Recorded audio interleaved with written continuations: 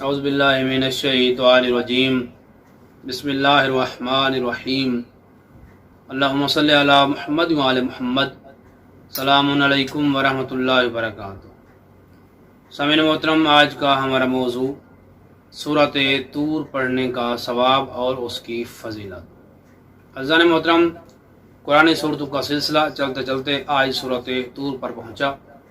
آپ لوگ کی خدمت میں قرآن صورتوں کا تعارف، قرآن صورتیں پڑھنے کا ثواب اور ان کی فضیلت عرض کر چکے ہیں۔ آج سورۃ طور پڑھنے کا کتنا ثواب ہے اور سورۃ طور کی کیا فضیلت ہے۔ لفظ طور ایک پہاڑ کا نام ہے، یعنی اس سے مراد کوہ طور والا پہاڑ ہے۔ لفظ طور آیت نمبر 1 میں آیا ہے، پہلی آیت میں۔ سورت میں لفظ طور صرف اور صرف ایک دفعہ استعمال ہوا ہے۔ پوری سورت میں لفظ طور ایک دفعہ استعمال ہوا ہے، جو پہلی آیت میں وارد ہوا ہے۔ اور اگر پورے قرآن میں دیکھا جائے تو پورے قرآن مجید میں لفظ طور 10 دفعہ استعمال ہوا ہے۔ سورت میں ایک دفعہ آیا ہے اور باقی پورے قرآن مجید میں لفظ طور 10 دفعہ استعمال ہوا ہے۔ اور یہ سورت پارہ نمبر 27 میں ہے۔ اس سورت کے ٹوٹل رکوع 2 ہیں۔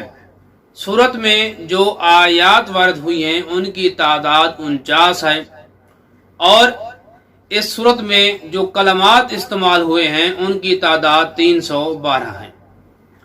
اگر اس سورت کے حروف کی بات کی جائے کہ اس سورت میں کتنے حروف استعمال ہوئے ہیں، حروف کی تعداد 1324 ہے۔ اس صورت میں جتنے بھی حروف استعمال ہوئے ہیں ان کی تعداد 1324 ہے۔ اس صورت میں لفظ اللہ 3 بار استعمال ہوا ہے۔ پوری صورت میں لفظ اللہ 3 دفعہ استعمال ہوا ہے۔ اور سورت طور کا نزول مکی کامل ہے، یعنی مکہ مکرمہ میں نازل ہوئی۔ بعض صورتیں مدینہ میں نازل ہوتی ہیں اور ان کی کچھ آیات مکہ میں نازل ہوتی ہیں، بعض صورتیں مکہ میں نازل ہوتی ہیں لیکن ان کی کچھ آیات مدینہ میں نازل ہوتی ہیں۔ یہ صورت کامل طور پر، مکمل طور پر یہ مکہ مکرمہ میں نازل ہوئی۔ اور اس صورت کا کیفیت نزول تدریجی ہے۔ اگر ترتیب نزولی کے حساب میں اس کی بات کی جائے کہ ترتیب نزولی کے اعتبار سے اس صورت کا کون سا نمبر ہے، اس صورت کا نمبر 76 ہے۔ ترتیب نزولی کے اعتبار سے یہ سورت 76 نمبر پر آتی ہے۔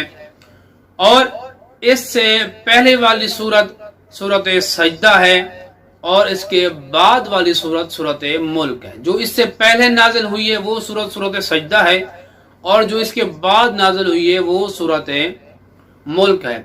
اس سورت کا وجہ تسمیہ یہ ہے کہ اسی سورت میں پہلی آیت میں لفظ طور وارد ہوا ہے، اس لیے اس کو سورت طور کہتے ہیں۔ حضرت امام محمد باقر علیہ السلام فرماتے ہیں، اللہم صلی علی محمد وعلی محمد، کہ جس نے سورت طور کی تلاوت کی، جو بندہ سورت طور کی تلاوت کرے گا اسے دنیا و آخرت دونوں حاصل ہو جائیں گی۔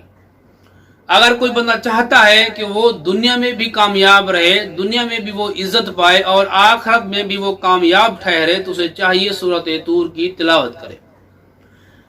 سورت طور کی تلاوت کرنا انسان کو دنیا میں بھی کامیابی عطا کرتا ہے اور آخرت میں بھی انسان کامیاب ہو جاتا ہے، اور اسے دنیا اور آخرت میں بھلائی حاصل ہوگی۔ جو بندہ سورت طور کی تلاوت کرتا ہے اسے دنیا میں بھی بھلائی حاصل ہوگی اور آخرت میں بھی اسے بھلائی حاصل ہوگی۔ یعنی اگر کوئی بندہ چاہتا ہے وہ دنیا میں کامیاب بھی رہے اور اسے بھلائی بھی حاصل ہو اور آخرت میں بھی بھلائی حاصل ہو اور کامیاب رہے، تو اسے چاہیے سورت طور کی تلاوت کرے۔ سورت طور کی تلاوت کرنا انسان کو دنیا میں بھی کامیاب بنا دیتا ہے اور آخرت میں بھی انسان کامیاب بن جاتا ہے۔ کتاب ثواب الاعمال اور عقاب الاعمال اور مجمع البیان صفحہ نمبر 270 جلد نمبر 9 میں یہ حدیث موجود ہے۔ دعا ہے اللہ علیہ محمد کے صدقے ہمیں صحیح معنوں میں قرآن کے ساتھ مخلص ہونے کی توفیق عطا فرمائے اور صحیح معنوں میں قرآن کریم کو پڑھنے، سمجھنے اور اس پر عمل کرنے کی توفیق عطا فرمائے۔ ہمارے اور ہمارے والدین کے صغیرہ کبیرہ گناہ معاف فرمائے۔ جو مومن بیمار ہیں انہیں شفاء کامل عاجلہ عطا فرمائے۔ جو مومن تنگ دست ہیں ان کی تنگ دستیں دور فرمائے۔ جو مومن بے اولاد ہیں انہیں اولاد نرینہ عطا فرمائے۔ جو مقروض ہیں ان کا قرض غیب سے عطا فرمائے۔ سب سے پہلی، سب سے آخری اور سب سے بڑی دعا ہے اللہ آل محمد کے صدقے یوسف زہرا کے ظہور میں تاجیل عطا فرمائے۔ اللہم صلی علی محمد و آل محمد وعجل فرجا قیم آل محمد۔